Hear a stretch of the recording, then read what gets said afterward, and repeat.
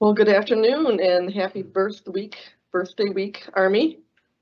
Hope we had fun celebrating this morning with cake and wherever you are. I'd like to welcome the TACOM community, but also the Federal Executive Board community for tuning in today.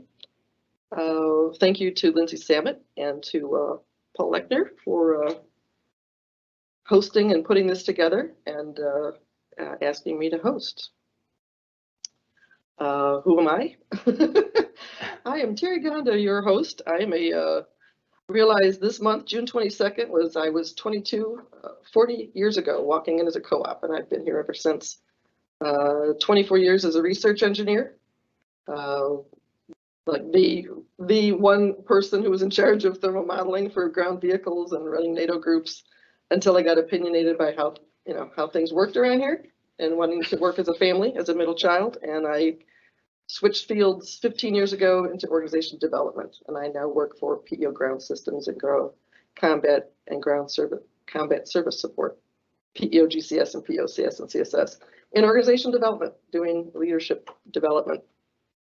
But I'm probably well known by some for being fired almost exactly 2 years ago by the Archdiocese of Detroit from my church music director position of 36 years because they found out after almost 10 years that I had been married to a woman legally and decided that that went against the morality clause, and told my pastor I had to go against my pastor's wishes and the community's wishes.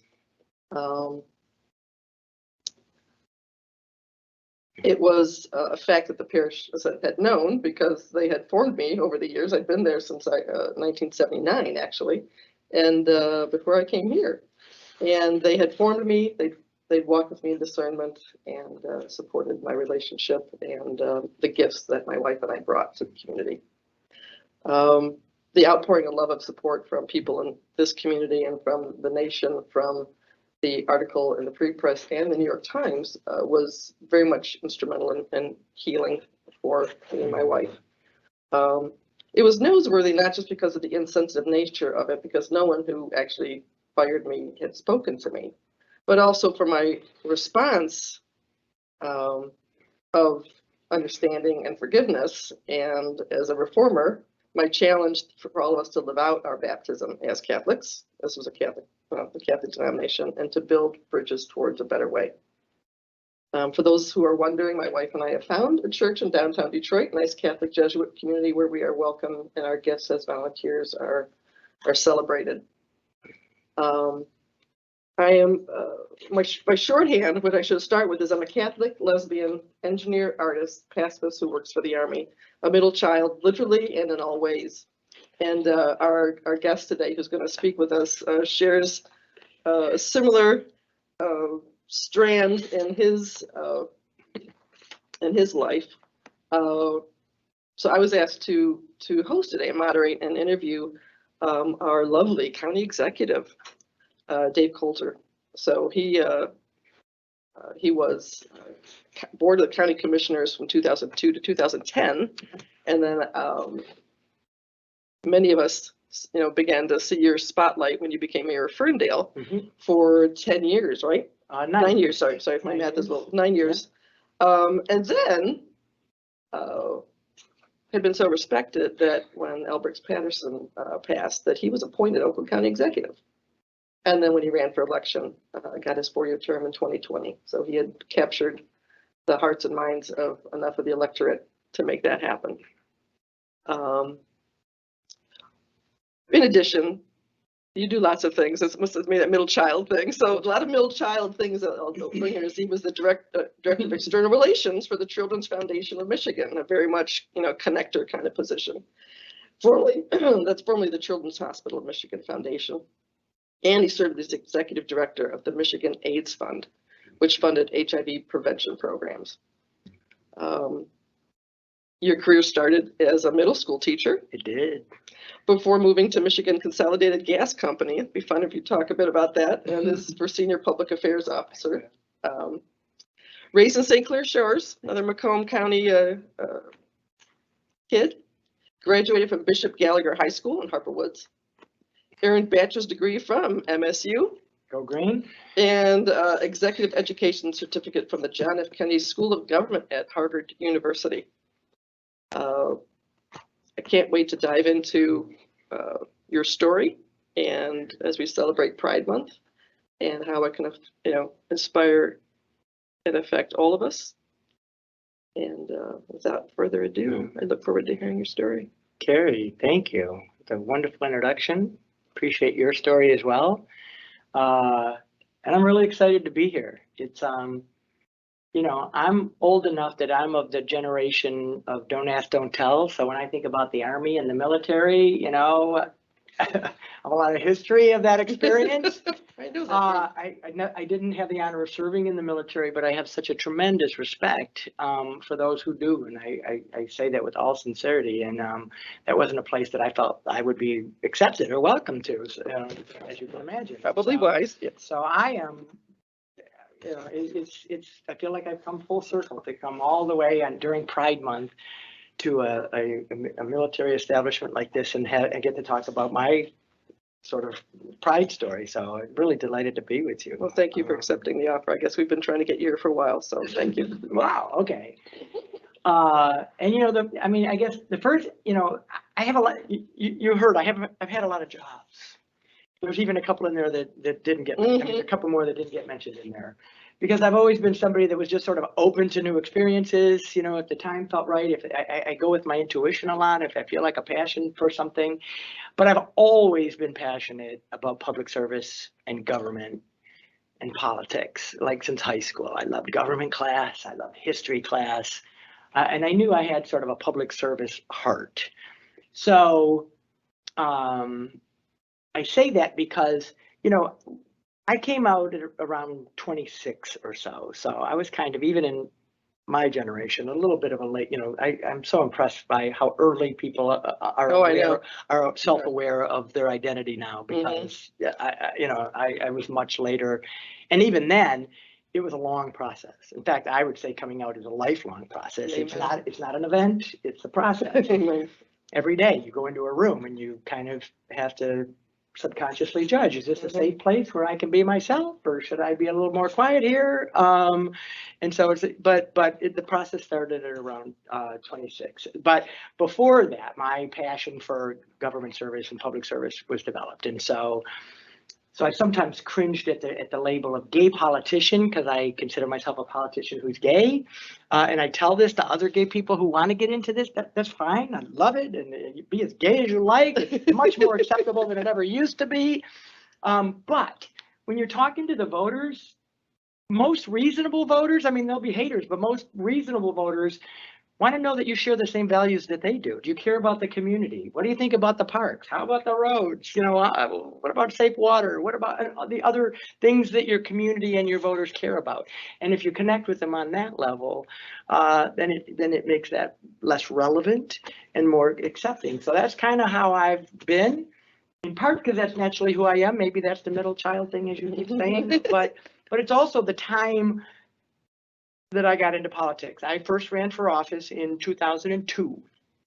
And I think the only reason I was ever let me even back up further. I knew I loved politics in high school and in college, and I got involved in political campaigns and community service.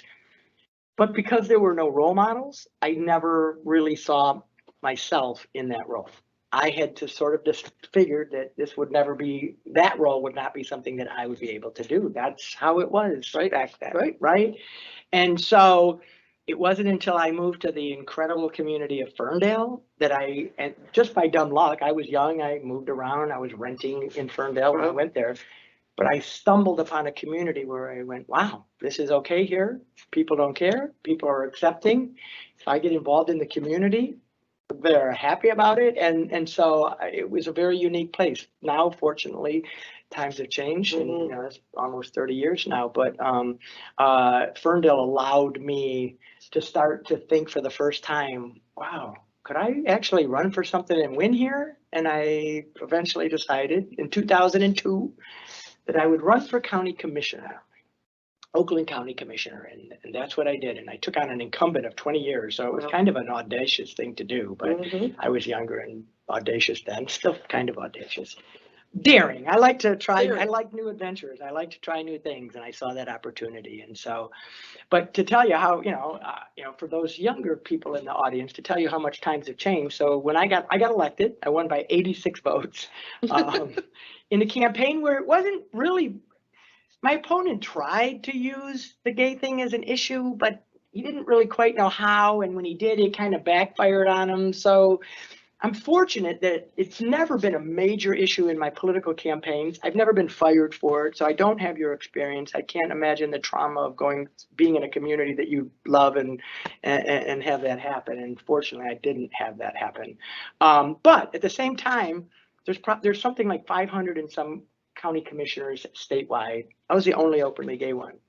And there were no state legislators. There were no attorney generals like we have in Michigan today. So it was there, even though I didn't run to be the gay county commissioner, I did feel a responsibility to represent people in the community because maybe I could be a role model for somebody because I never had one. And so I certainly felt that responsibility. But I mentioned that I came out at 26. I was very fortunate because that was at a time when I knew people that their parents disowned them or kicked them out of the house. They were fired from their jobs. Their lives were turned upside down. And thank God my parents were very supportive. I mean, it was a very difficult thing to do, but they were very supportive. They had reactions like, was it anything I did? Right. Did I raise you wrong? No, Right. They would ask me dumb questions. What to me seemed like dumb questions. And I bring that up to say, I often tell people, especially people going through the coming out process, you had years to get comfortable with your identity, to figure out that this is who you are and how to live this life. Your friends and family are being shocked with this, perhaps, maybe not, but perhaps. Give them a little time, give them a little grace, give them at least as long as, you know what I'm saying? So that's my plea to people in that situation is just give them a little grace because they don't know what they don't know. And so, but it was wonderful. It was hard, but my family was supportive, but talk about career. I was a middle school teacher early on in my 20s, and that was certainly not a place that I ever thought I could be my authentic self, and I wasn't. Yeah. And it was part of the reason I got out of that. I'm also not a very good teacher. It wasn't my skill set, but it wasn't a place where I thought I was going to be able to live an authentic life. So I left that. I went to MishCon. You talked about MishCon. I loved working at MishCon because I started as a draftsman, which is now a politically incorrect term. It should be drafter. But now the job isn't even. We use pens and triangles, so that job doesn't exist anymore. Yeah. It's all CAD. Yeah. But I'm old enough that we actually use pens and triangles. But I only did that for about a year. But I knew that because of my community service, public service nature, I wanted to get into public affairs, and so I applied for a job in the public affairs department as a media relations guy. That's fun. From drafting to media relations. Cool. And honestly, the people that hired me said to me, the reason we gave you an interview is because we were so curious how a guy over in drafting would have any skills to do this. I'd never done it. I had no background in it. But I knew I wanted to do it. And so they interviewed me, and apparently I impressed them enough that they hired me. And so for the next 13 years, I did a series of things in public affairs at MishCon. Right there. That's a good life lesson right there, right? The little biases that we might have. That's right. And the curiosity. And they were open enough to say, who is this guy? And you were daring enough to go to do something different. I did. Yeah. And the other thing that I remember about my MishCon career that I want to share for Pride Day is, and maybe could be a lesson for some of our viewers, is this. I wasn't out when I first came to MishCon. Public drafting was a more male-dominated union job. I wasn't sure about that. Public affairs was a little different, but I still wasn't sure. I wasn't out to my boss, and then he did something that I thought was really remarkable. One day, they were doing a diversity training. At MishCon, they did a series of them. And you remember Jan Stevenson? Yeah. Okay, she ran Between the Lines. Before that, she ran Affirmations Gay and Lesbian Community Center. She was the speaker one day Okay. at their diversity training. How enlightened was Mishkan? I guess, yes. Perhaps. And I wasn't there. I figured I knew that. But my boss went, and he came back. And after that, I noticed that he had, I think it was a coffee mug. I'm not positive of that, but he put some kind of swag in his office with a pride flag on it. I think it was a coffee mug. And I asked him about it. And he said, you know what? Well, I went to that diversity training, and he said, one of the things she told us is, if you don't know anybody that you work with that's gay, trust me, they're there. They don't feel comfortable telling you. So the question is not, why don't people tell me? The question you should ask yourself is, why don't people tell me? Right. What kind of vibes am I giving off here, right? And then she suggested, why don't you do something in your office, if you're open to that, Say I'm safe. that would tell people it's a safe space. So I saw him do that, and I said, I'm going to reward him with this. I'm going to tell him, I appreciate you doing that. You know, I happen to be gay as well. That really is a good Ding, ding, ding. Good So tip for the day. Lesson for folks is, if you don't know anybody that you work with is gay, you do, or someone in your family, or someone trans, in your sphere, bi, or trans, right. yeah. I'm old enough that I still say gay. It should be LGBTQ plus, and I get that. We're old. We're old school. So let me just be clear. That is, Yep. That's the appropriate way to say it. But if you don't think you know anyone, just ask yourself. I'm not trying to be critical, but say, am I living off of the fact that they can be authentic with me, and that I'm a safe person to talk to. So what Jan's saying, what you're saying is that it's not a passive thing. As a leader, it's incumbent upon you to do something proactive, something to send that signal of safety. And so taking that full circle, and then we could probably just get into questions and stuff, but taking that full circle, when I became mayor, it was important to me that we put a pride flag in the city council chambers, because I wanted anyone who came to Ferndale City Council with any business of any sort to at least walk in and say, okay, I can be comfortable here. I can be myself here. And we were the first city in the state to do that. Now a number of cities across the state have done that. And then, of course, I had to do the same thing when I became county executive. So for last year was the first year ever that Oakland County flies the pride flag during the month of June. It's up right now in Oakland County. Again, it's symbolic. It is, but it is just that way of letting people know that you're going to be safe here, that you're not going to be judged, you can be yourself, and we'll treat you that way. And this is, an inclusive place. And so that's the kind of county executive that I've tried to be. Mm-hmm. We can talk a little bit, because I know we did before we started the interview, about how that the intersectionality with issues of race and other things. We created the position of diversity, equity, and inclusion officer since I've been there. We didn't have that before. And so it's broader than LGBTQ issues, obviously. Mm-hmm. But I think, given that background that I have, that sensitivity to Mm-hmm. people wanting, needing to have a seat at the table in a way that will be honored and respected, is just kind of baked into who I am. And that's my story. That is your story. That is fantastic. Let's what's your take on, you mentioned running for commissioner, that it was an issue. Talk a little bit just at the high level before we go into deep about winning in a county that had been so many people just Oakland County is Elbridge Patterson. It's just what it is. And how the hell did you do that? Hell did you? I know.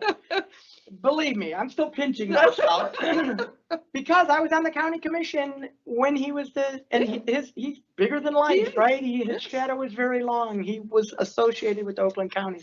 How do you follow someone like that? So the first thing I told people is, I'm not going to try to do that. All I can do is be the best self the best me I can be. I'm not going to try to mimic his style. I can't be like him. There's things I disagree with him on, so there's things I don't want to be like him on, but some things he did very well. And so I've actually been very intentional about not being too critical. After all, I have a county with a 3-year balanced budget and a AAA bond rating, and great finances, and a wonderful quality of life, and there's a lot to build on there. So I'm not going to be overly critical either. I'm just going to be my best self. So that was the first thing I had to say to myself: is don't even try. Plus, he's a lot funnier than me. He's a better storyteller than I was, so I couldn't compete with any of that. But what I think what people didn't realize is this: I happen to be a Democrat. I was a Democrat on the county commission and in the minority all those years. So all those years of trying to get stuff done, and not really getting very far because we were in the minority for the entire time. But Oakland County has changed a lot, a whole lot. And I think, just not to get into the political weeds of it, but I think sometimes the general population didn't understand that because Brooks was still the face. But there's 6 countywide elected officials. You got a sheriff, you got a clerk, you got a treasurer, county executive. There's 6 of us that run countywide. And by the time that Brooks passed, right after Brooks passed, there was only one of those positions left that was still held by a Republican, which is our sheriff, and he's still there today. So politically, the dynamics and the demographics and the trending has been, Oakland County has literally not voted for a Republican for president since George Bush, the first George Bush, not the second.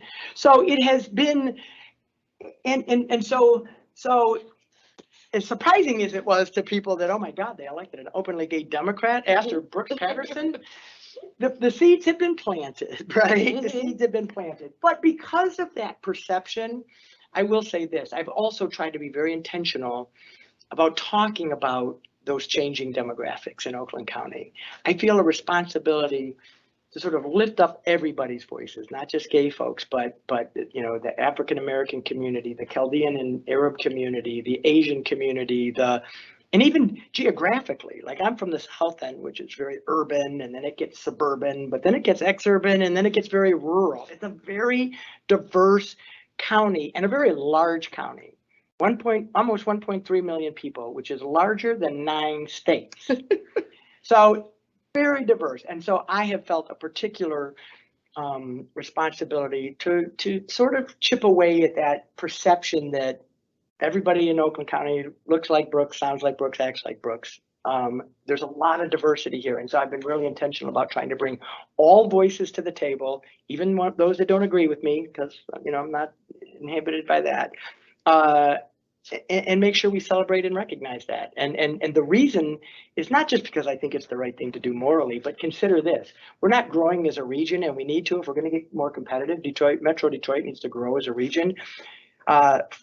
Oakland County would have actually lost population in the last decade, according to the census, if it hadn't been for foreign-born residents. So, you want to demonize people that were born somewhere else? They've actually contributed to the growth and quality of life of Oakland County. And so I just feel a certain responsibility to lift those voices. When you said, bringing many voices into it, what you haven't said that I'd like to shine a spotlight in is that you also have some chops and opinions that overlap with the Republican Party. You are good financial chops and care about business and use your bridge building skills to do that, and have done that. And so that's going to be very attractive in that sense as well. Yeah, when I was on the county commission, I was on the finance committee. And so, I heard about this whole 3-year balanced budgeting thing and how important your bond rating is and how important it is to keep your eye on finances and not spend more than you have and all of those things. And I believe it's true. I believe that's fundamental. Where I disagreed is, Brooks used to say, don't let the Democrats in charge because they'll just blow up the budget. They cannot budget.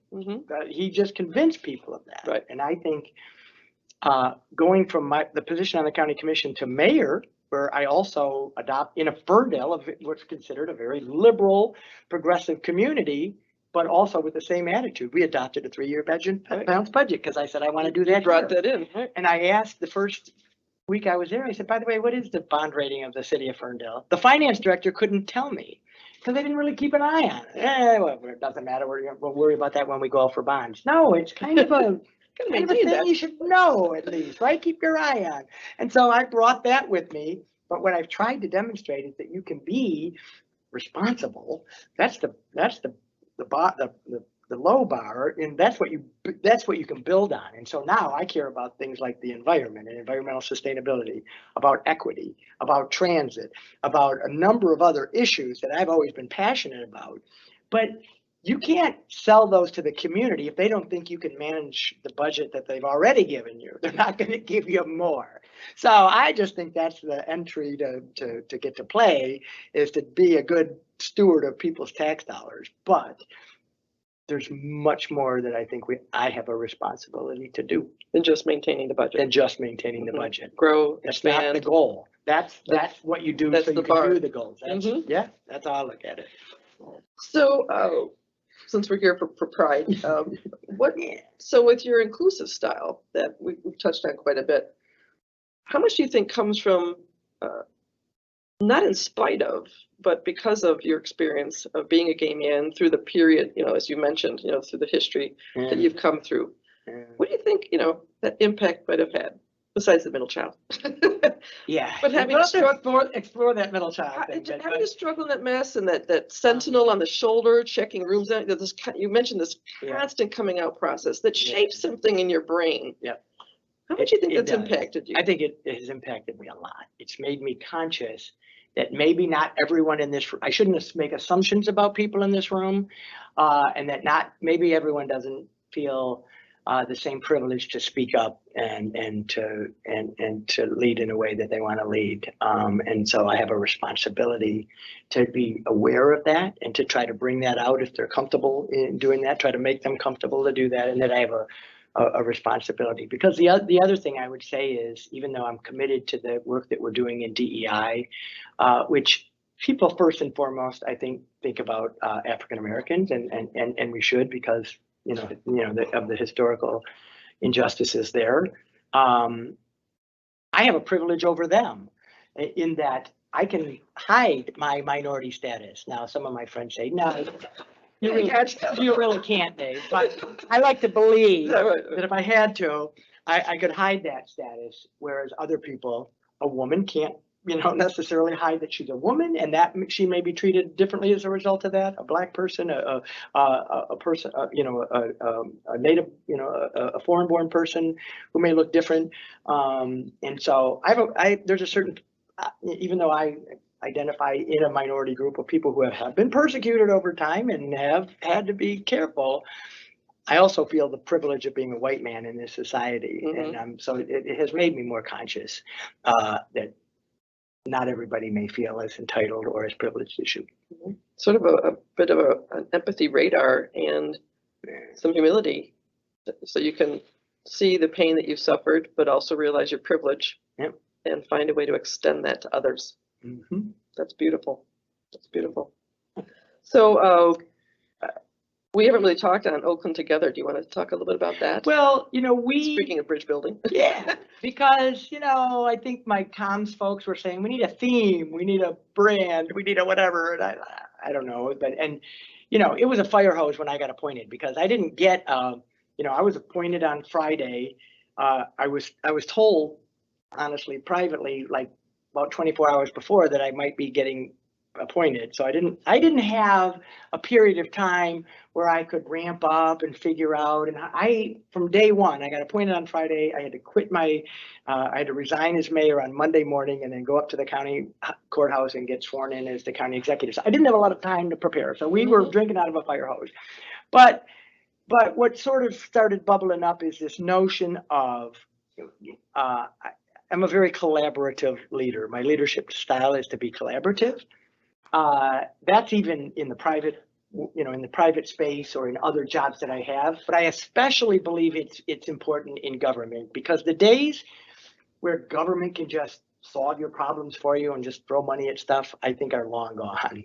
And but there was a time when people just looked to government to solve problems and throw money at them and fix them. And maybe there's some things but for the most part, in a job like mayor or county executive, if we're really going to make impact, if we're really going to change things for the better for people, then we need to find partners in those spaces that are already doing the work, that know how to do it better than we do, but that might need some support. And so there's a role for government, in my opinion, as a convener. You know, I think I have a good skill at raising problems. I don't always know the answers, but I'm smart enough to bring the right people in the room and say, here's the issue. What do you think? And you know, I've often said, if you're the smartest person in the room, you're in the wrong room. I don't need to be the smartest person in the room. I just need you to be honest with me. Give me your 2 cents. I can make a decision once I've heard all the opinions. I'll make the decision. But so what ended up kind of coming out of that is we partnered with our nonprofit agencies. We partnered with private businesses. We partnered with different community groups in the county on these various challenges that we have. The biggest one being COVID. I mean, it really helped that we had built relationships with different communities, faith-based communities and others, because how do we reach your communities with these important health messages? You're trusted messengers. I'm not. They don't even know who I am. Hardly. So how do we reach those folks? Can you help us? And so it just kind of evolved naturally that our theme became Oakland Together, that we're in this together. Everybody has the same right and responsibility for their success in Oakland County. Everyone should get a fair shot, and we're open to all voices. That's kind of where that came from. What challenges, you know, bringing it back to pride then, what challenges have you really experienced in being your authentic self through as an elected official? You talked a bit about the, you know, MitchCon. As an elected official, I'm very fortunate. I think that I have not had. It's never been weaponized in a campaign against me. And each year that goes by, it's less. You know, in fact, I actually joked with someone during my last campaign in 2020 when I was running for the job of county executive. I said, you know, I've been running for office now for 20 years, every 2 years for 20 years. It's insane to me that this is where it's ended up, but there I am. I said, I think this might be the first year where it might be an advantage that I'm a gay man, because at least in my party, white men, yeah, we got enough of them. Women, we want more women. We want more ethnic people. You know what I mean? The party is seeking diversity, Right. and not necessarily. I mean, another white guy. It's another white guy. So, well, I'm gay. I think for That's ironic. For the first time, it might have been a bonus. Yeah, how crazy is that?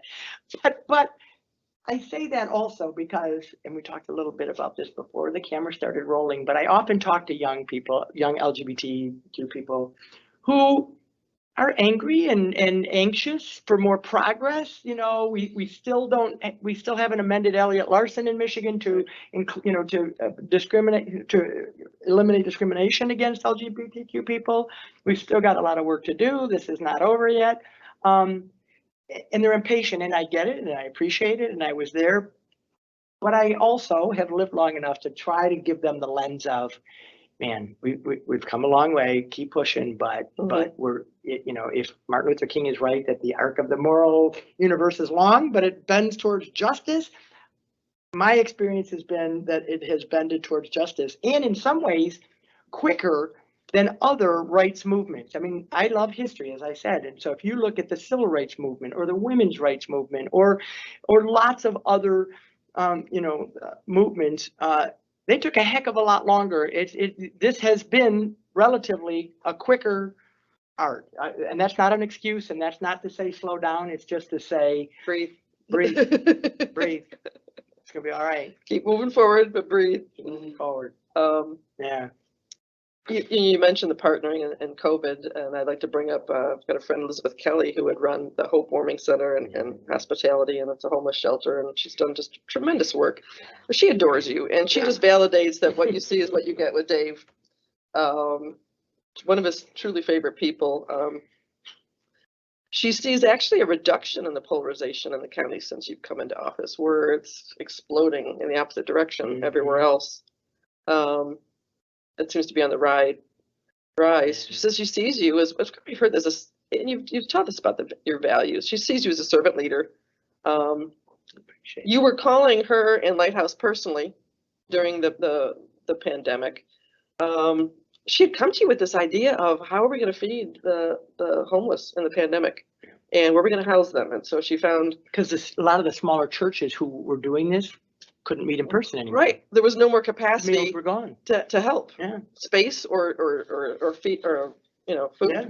And so she found some hotels that would help, and then she came to you, and you just jumped in and didn't have to wait for FEMA. Let's just make this happen. So living out your values, you just jumped right in with both feet and did that. You made a point of visiting the shelter, going around and meeting people.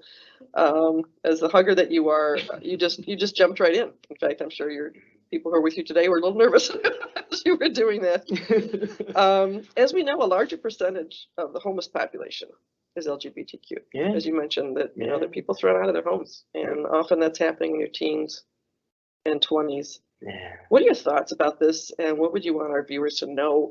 That we just said it now, but to Yeah. unpack that a bit more, and what could or is the county doing Yeah. for this? Yeah, I mean, think about it. We are the wealthiest county in Michigan, and that was our brand in a lot of ways. We're proud of that. In the nation, we're pretty up there too. In the nation, we're high up there. Economically, we as a county, we're doing all right. But as I said, there's a lot of diversity and there's pockets. It's not everywhere. Pontiac is doing much different than West Bloomfield, which is doing okay. You could say that. And so on any given day, there's close to 3,000 homeless people in Oakland County, in the wealthiest county in Michigan. So you can imagine with that, what it is in other places. I can't ignore that. I'm not saying it was ignored, but I have to lean in on that. I have to, I got elected with a certain responsibility to try to figure out what we can do about that. And so it is a servant leader mentality.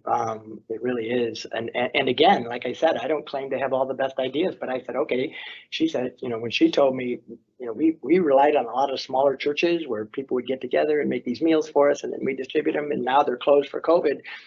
Where are our meals going to come from? I don't know. What do you think we could do? Do you think there's any way we could get the restaurants? They're kind of struggling right now. And I said, Win-win. bingo, we've got restaurants that are dying for business, and we've got COVID money, and we are going to connect with some of them, including a restaurant in Pontiac, because we're going to make sure that we're representing, we're lifting them up as well. And so we contracted with a restaurant in Pontiac and another one in Southfield to provide these meals, and we paid them, which helped them and helped them, their employees, stay busy and made sure that our homeless shelters had food and shelter. So the other thing we did is, it was very common during COVID that counties and communities would lean in on their small businesses. We were all very concerned about our small businesses, retail and restaurants in particular. And so we gave up. We distributed a lot of grants to those folks. But the other thing, in part because I have a nonprofit background, is I said, let me talk to some of my nonprofit friends. And, their need for services was going up. At the same time, we can't have our annual event. They rely on fundraisers and other things. Our revenue is doing this. We don't know what a Zoom event is going to be like. Is anyone going to give us money on a Zoom call? I can't imagine. And yet the need for services increased. So we did several rounds of grants to our nonprofit partners as well. And then we refined that recently because we realized that the big need right now is in mental health services. And again, we heard this from talking to our providers, to our hospitals, and to our mental health nonprofits. And mental health access was an issue before COVID, but during COVID, and now it has exploded. And so getting them resources. So we've really tried to be very focused and intentional on that. So let's take that for a minute and slide it over to the LGBTQ community and talk about mental health and the LGBTQ community. Yeah. What would you like to say about that? Because of the traumas that a lot of young people go through, on different levels and in different ways. We know that, as you said, the LGBTQ youth have health disparities, including mental health disparities.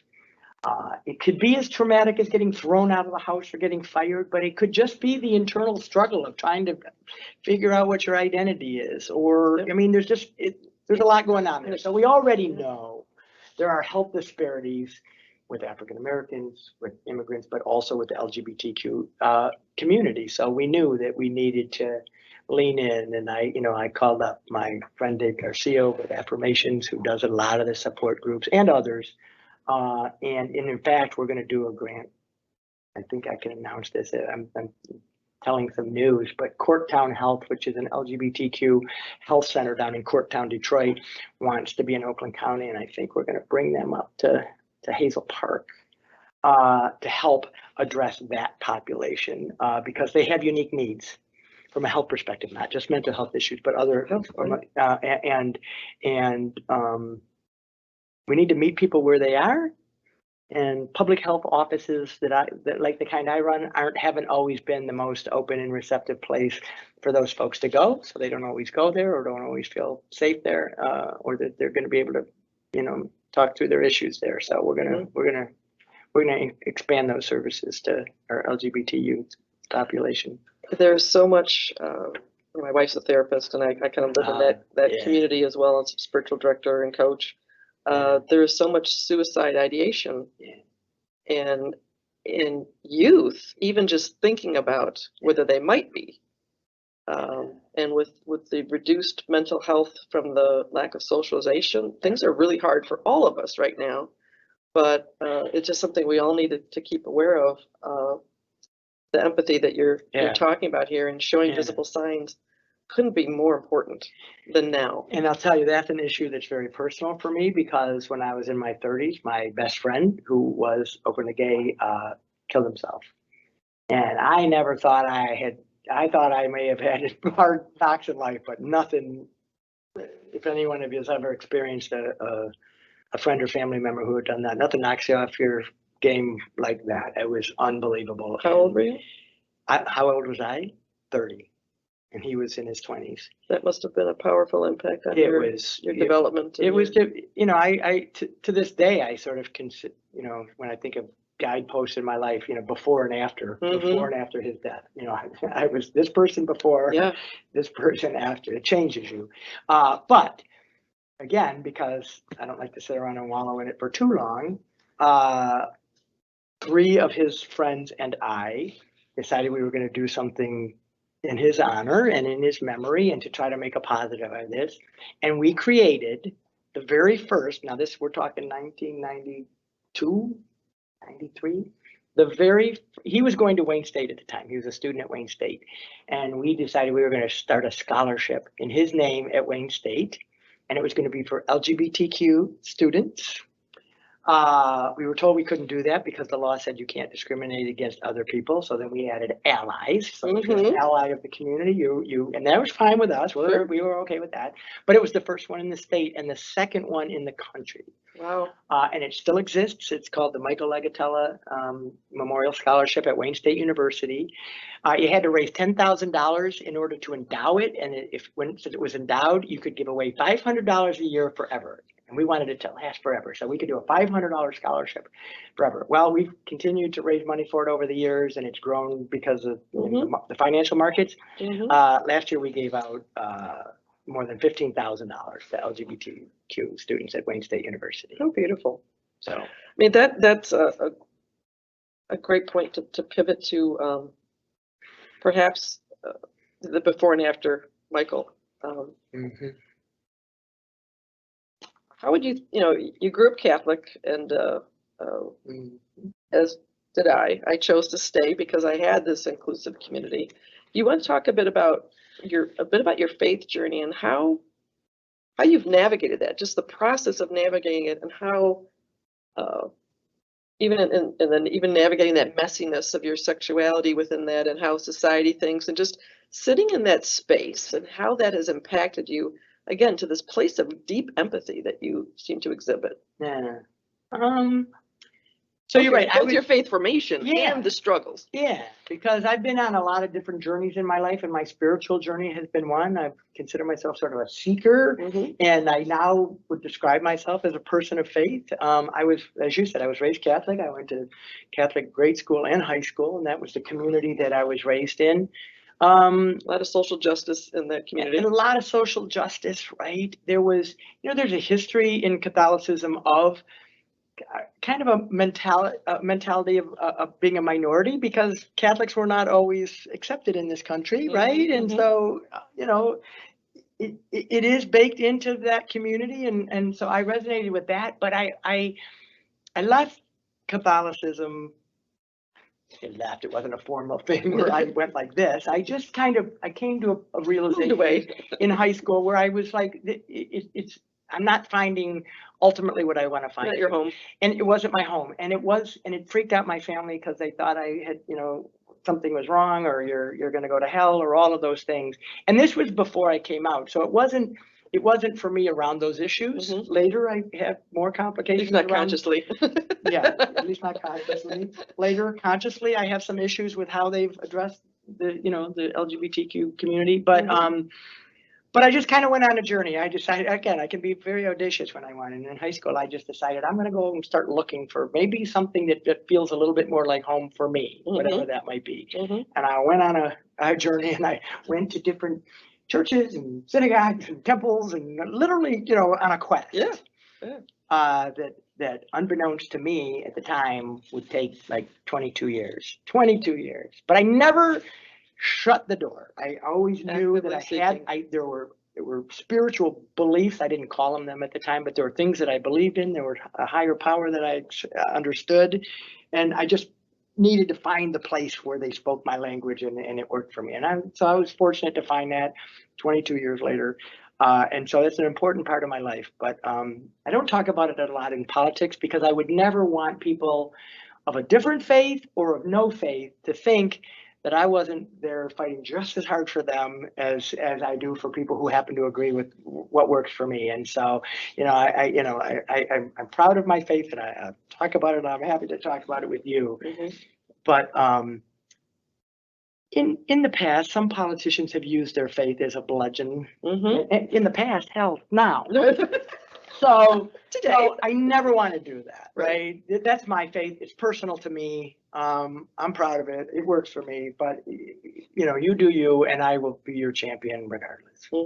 But it's been important. What was important, and I thought in that process, is that by going through that, by staying in that mess, by seeking that active seeker, along with everything else you were doing, has forged this servant leader. You're able to, it sounds like, you know, because you stayed in the mess, it's opened up your perspective to be able to walk into a room and do what you said. I can see my privilege without the chip on your shoulder. You're able to show up with this deep empathy and willing to be curious, and to lean into curious as opposed to I know. You're saying, you know, I don't have to be the smartest one in the room.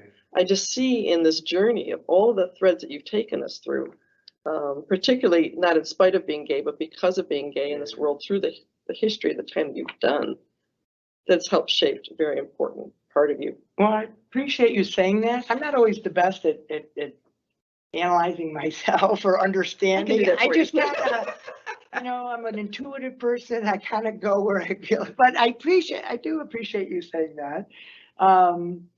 The other odd thing about me, which is why I think I always I can do well in politics, is even from grade school on, I never got the gene of fear of public speaking. I'm kind of corny or a ham that way. I will get up in front of any group of people with a certain amount of confidence, and you know, and without that, you know, for most people, fear of public speaking is their greatest fear.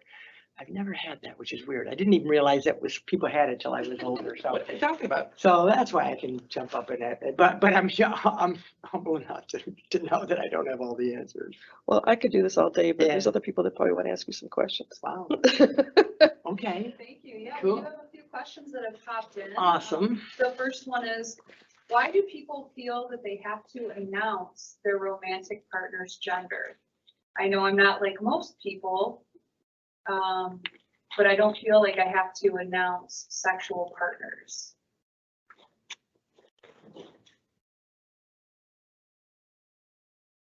So in other words, why do you have to disclose the gender of your partner? That's the way I interpret it. Which is really disclosing your own sexual orientation, right? Right. Because so the word announce is coming from what's the paradigm of the person asking the question. I would say I just like to talk about what I did for the weekend. And so I just talk about, you know, my wife and I did this and that, just like any other Yeah. person. So I don't think one has to announce, but in conversation, I just like to be able to talk like a normal person without having to filter or think or hide. You know, I'm not going to jump up and Yeah. down, but Yeah. I was pretty excited when but as you said, that's a conscious choice for us, isn't it? It is. Other people just talk. It is. We have to look around the room and going, am I going to talk like a normal person or am I going to hide? Right. And so that's the difference. So it's not announcing, it's just talking. Be authentic here. Yeah. Authentic. Yeah. Yeah. I mean, you know, maybe you've had the experience that you felt like somebody was trying to promote or something, but I can tell you the vast majority of people are doing exactly what you said. Talking. They're just trying to share themselves. That's been my experience. Thank you. Yeah. Next question. Why do you think being gay has not been quote unquote weaponized against you, but it has for others like Pete Buttigieg? That's a great question. And that is, and I sort of touched on this, I was fortunate enough to have landed and become an adult in Ferndale. If I had, no offense to my peeps in St. Clair Shores, but if I had stayed in Macomb County, I'm not sure I would have ever got to the place, at least not as early as I did, where I would have felt like that was possible. I wouldn't have in 2002 been running for Oakland, Macomb County Commissioner. I wouldn't have. Ferndale was a unique place. And so we talk about Pete Buttigieg, apparently his city was open enough about it because they elected a mayor. But Right. now he's trying to represent the country, and there are places in the country where that is still very difficult, and that's where you're going to get pushback from. And you know, so I just happen to live in a place in a time when it's changing, obviously. So, you know, there's probably parts of Oakland County. Well, let me just say, there's probably still parts of Oakland County that I couldn't get elected county commissioner to today. But the majority of the county is of such that I could. So it's for me, it does come down to that geography and where people live and what they're open to. But there's places I couldn't get elected, and there's places he couldn't get elected, and you're going to get that pushback. Different stage. Huh? Yeah, The big stage. it's a big state. Nationally, whoa, I mean, you know, yeah, very diverse country. Yeah. Thank you. Thank you. Another question that's popped in. Why do you think Oakland County seems to be changing to become more liberal and accepting of gays, while Macomb County seems to be going in the opposite way to the point where the county goes red? Yeah. I don't know exactly. I'm not a political scientist. I will tell you this, and this is where I disagree with my predecessor a little bit, because he would say these people from Wayne County are moving to Oakland County and they're bringing their politics with them. But it's not really true. When I know Oakland County voters a little better than I know the Macomb County ones, but what really changed things in Oakland County, I don't want to get political and I don't want to, you know, criticize anyone, but the suburban housewife is a real thing. We got a lot of soccer moms, and that became kind of a thing, you know, in the 2016, who were the soccer moms voting for? And the soccer moms don't respond very well to discriminate. They're more progressive in their social views. They are, and they become more so. So it's not just that new people have moved there, but a group of people, and I'm stereotyping by using the soccer moms because it's other people as well, but I just kind of want to give you a flavor that you know, that's who the conservatives lost in a county like mine. So, you know, how that translates to Macomb, I'm not quite sure. Macomb confuses me. Let me just tell you, I know people from Macomb that voted for Bernie Sanders in the primary and then Donald Trump in the general in 2016 because they wanted a disruptor. They don't think this.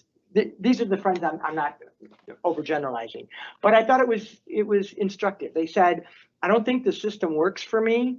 I think it's rigged against me. I'm a blue collar person that just is trying to raise a family, and this system is rigged against me. And so they were attracted to both the disruptive message of a Bernie Sanders and a Donald Trump because they wanted someone to disrupt.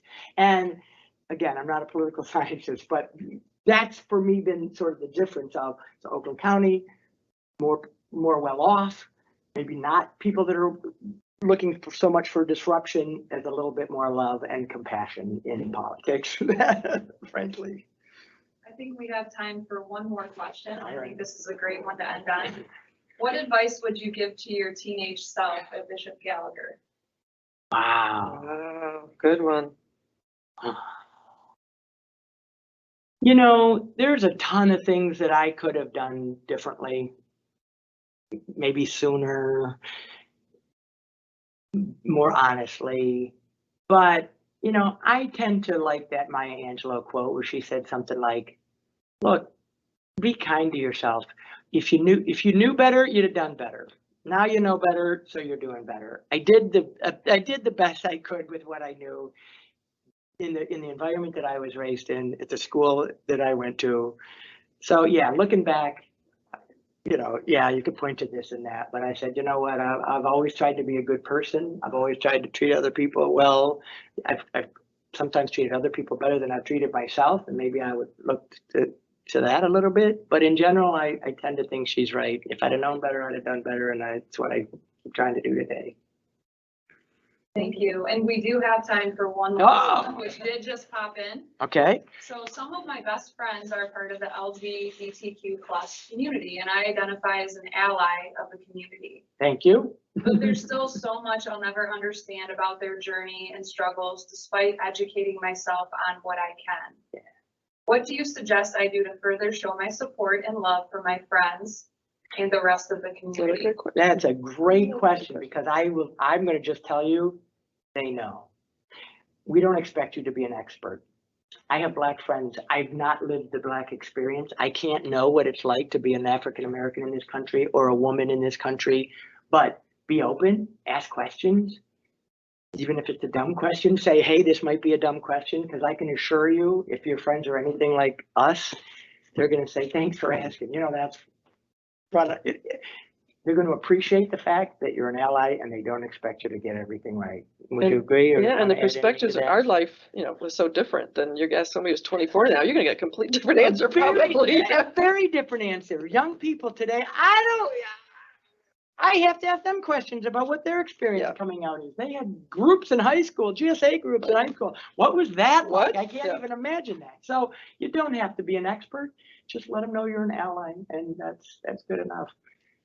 So we have a really, by my experience, again, my lived experience in this community, it's been very supportive. And I live, you know, I was a woman in an engineering, you know, field, and I still had lots of brothers, and it was just very supportive. Wow. What would you say, you know, there was the coffee cup idea, but just as our parting comment, what would you say to supervisors out there how do you create, you know, we're really promoting the Army about cohesive teams. You want to win? Yeah. You get readiness. Readiness Yeah. equals cohesive team. So if you're a supervisor in cohesive teams from an entire inclusion, so the whole DEI basket, Yeah. but particularly for Pride Month, for LGBTQ, what would you say to supervisors right now to help create a cohesive team?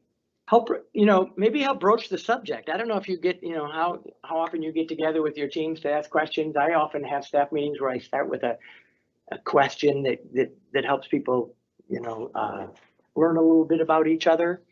Maybe there's a question you could ask that would invite that sort of thing, or maybe you do it even, tell them you listened to this. Nice. Tell them you listened to this program and you learned some things. Wow, I didn't know this. Any reactions? Have I done anything? You know, I learned that I need to be a better ally. Have I done anything to make anyone uncomfortable? And I hope you would tell me. And if you don't feel comfortable telling me in this setting, I hope you stop in my office and let me know, because we need everybody at this table pulling in the same direction. So, I mean, that's one idea I would say. Good. We have just enough time to present you with a letter from General Werner, who could not be here today. He does send his regrets, and we did meet with Thank you. with Brian Butler, the Deputy Commanding General. I did. It says the following: Dear Mr. Coulter, I would like to personally thank you for your support and participation as the guest speaker at the Tank Automotive and Armaments Command, TACOM, 2022 LGBT Pride Month observance. The observance focused on the theme, celebration. The soldiers and civilians of the TACOM community are indeed fortunate to have citizens such as yourself who are willing to give their personal time and lend their talent to ensure the success of such programs. Your participation attest to your character and professionalism. Again, many thanks for your support and presentation. Sincerely, Darren L. Warner, Major General of the U.S. Army Commanding. Well, I'm very honored Thank by you. that. And I would just end by saying thank you for what you do every day. You may not always feel appreciated, especially if you're on the back end logistics side, you know, but the world knows right now what's going on in Ukraine, how important it is that we stand up and defend our values in whatever shape that looks like, militarily, diplomatically, all the rest. And what you're doing every day is helping me be myself and helping America be the great country that it is. So I want to thank you for what you guys do every single day. Appreciate it. Thank you, Dave. Thank you. And thank you for watching.